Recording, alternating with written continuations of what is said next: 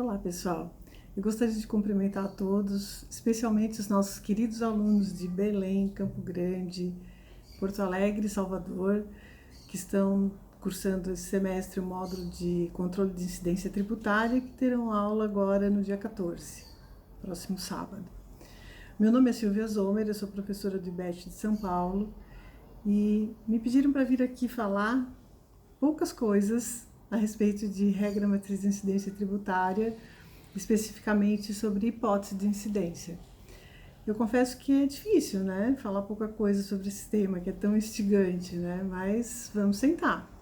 Então, olha só, com certeza eu considero esse tema, regra matriz de incidência tributária, um dos temas mais relevantes que a gente tem em toda a nossa grade curricular do curso de especialização em Direito Tributário do IBET.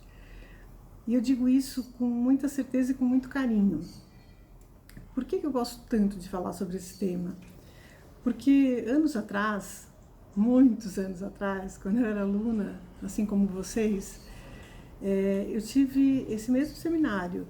E foi nesse seminário, com esse tema, que eu despertei para essa teoria nova, esse mundo novo, essa forma nova de enxergar o direito tributário, que é o construtivismo lógico-semântico. Então, o primeiro motivo é esse, o carinho que eu tenho por esse tema, por ter sido tema que realmente me fez querer entender, estudar mais profundamente o tema do direito tributário pela perspectiva do construtivismo lógico-semântico. E aí eu até faço um parênteses para lembrá-los que o construtivismo, além de ser uma grande teoria, né, uma escola que trabalha com a atribuição de sentido aos textos jurídicos, é também um método científico, né, um método de aproximação do nosso objeto do conhecimento, que é o direito tributário. Então, vem daí o meu interesse pelo assunto. Em segundo lugar, a relevância do tema dentro da teoria construtivista tem a ver com a base dessa teoria, né? Porque a regra matriz de incidência tributária é a base do construtivismo aplicado ao direito tributário. Nós sabemos que, a partir da regra matriz, a gente pode construir um mundo, né, dentro do direito tributário. E eu ousaria dizer que hoje esse tema é a área de convergência de todo o direito tributário, seja do ponto de vista do participante do sistema, quanto do ponto de vista do participante, do estudioso, daquele que está ligado à ciência do direito tributário. Nos grandes escritórios, os juízes, nos seus gabinetes, proferindo suas sentenças de temas que envolvem a questão tributária, certamente partem da regra matriz como ponto inicial para toda a sua construção, a sua interpretação acerca do assunto. Então, vejam que é extremamente importante. Eu acho que hoje ninguém consegue trabalhar com direito tributário, mesmo as pessoas que não estão diretamente envolvidas com o construtivismo, sem se utilizar desse instrumento tão necessário, tão essencial para todos que trabalham, que militam nessa área, né? Mas a gente não pode falar de regra matriz de incidência tributária sem lembrar do seu criador, né? Que é o seu idealizador, que é o nosso querido mestre Paulo de Barros Carvalho. E o que é a regra matriz de incidência, né? Eu fiquei pensando que como começaria a abordar esse tema. Quando a gente dá aula de conferência, a gente sempre costuma perguntar quantos alunos estão começando, quantos já estão mais no final do curso, porque certamente alguns de vocês já têm familiaridade com esse tema, ou porque já viram isso na graduação, ou porque já passaram por outros módulos aqui do IBET, mas alguns de vocês certamente estão começando, e assim como eu, vão ter aquele primeiro contato com a regra matriz, né, nesse seminário, e vão descobrir esse novo caminho a ser percorrido. E aí eu fiquei pensando como começar, né? Então eu acho que o início de tudo é a definição do termo, da expressão, daquilo que a gente pretende estudar. E aí, dentre todas as definições de regra matriz de incidência tributária que a gente encontra na doutrina, e são várias, acho que o mais coerente seria a gente trazer aquela do seu próprio criador, né? Então, o professor Paulo de Barros fala que a regra matriz de incidência tributária é simplesmente a norma tributária em sentido estrito. É a norma que define o núcleo do tributo. Ou seja, é o ponto central, né, de toda essa questão ou de todas as outras grandes questões que se desenvolvem a partir dessa fórmula lógica. Esse é um outro ponto. Ela é uma fórmula lógica, ela não é uma fórmula matemática, né? E mais, ela é uma fórmula lógica construída na forma de um juízo hipotético condicional. O que significa isso? Significa que a sua estrutura comporta termos lógicos. Um desses termos é a hipótese e o outro termo é o consequente.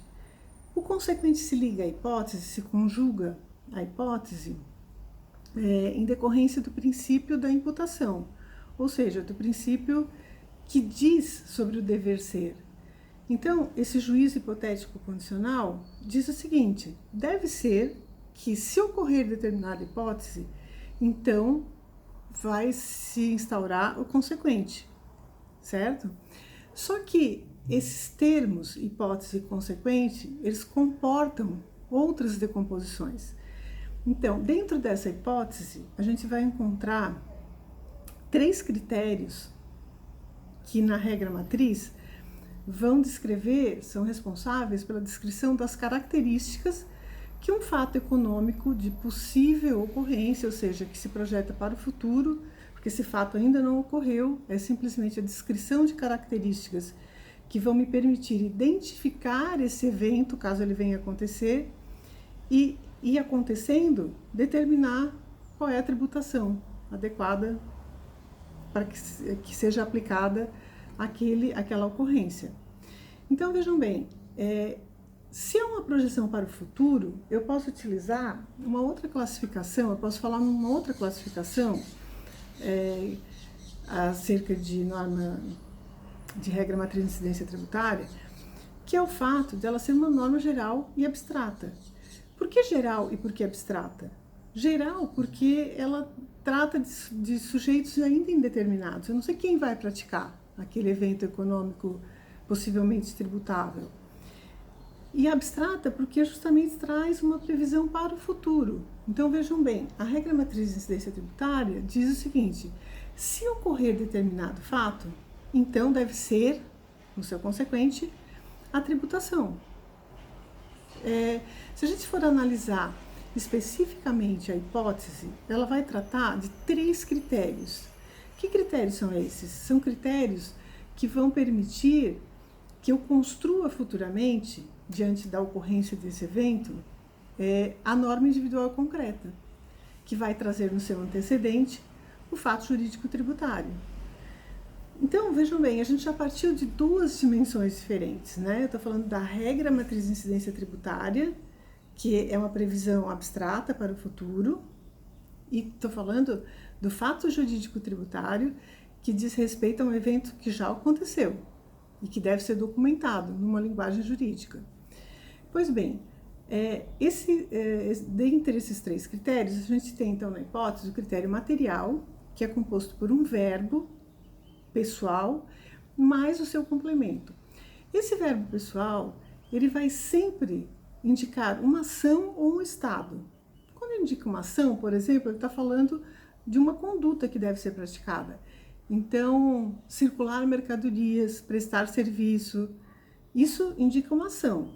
Agora, se eu estiver falando de um estado, eu vou falar da possibilidade de alguém, por exemplo, ser proprietário de um veículo automotor, de alguém ser proprietário de um imóvel urbano, numa determinada cidade, num determinado município. Agora, o evento, essa ocorrência no mundo fenomênico, com esse caráter econômico, ele deve ser deve ser ligado, deve ser determinado por coordenadas de espaço e de tempo.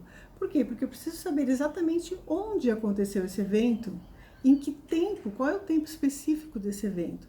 Então, veja que a gente está falando de coordenadas de espaço que me permitem determinar o local específico da ocorrência, portanto, o local da incidência, e eu estou falando de um critério temporal que me dá as coordenadas de tempo, que indicam exatamente em que momento ocorreu esse evento. Por exemplo, se eu ferir renda, deverá pagar o tributo, mas quando que eu vou pagar? Quando que vai incidir esse tributo? Incide no dia 31 de dezembro. Então, veja que essa data diz respeito ao critério temporal, que é o tempo que a gente chama de tempo no fato. Agora, no consequente, eu vou ter outros critérios que vão me trazer outras características que dizem respeito a uma relação jurídica, que vai ser instaurada a partir do momento que aquele fato que corresponde ao evento do mundo fenomênico for constituído.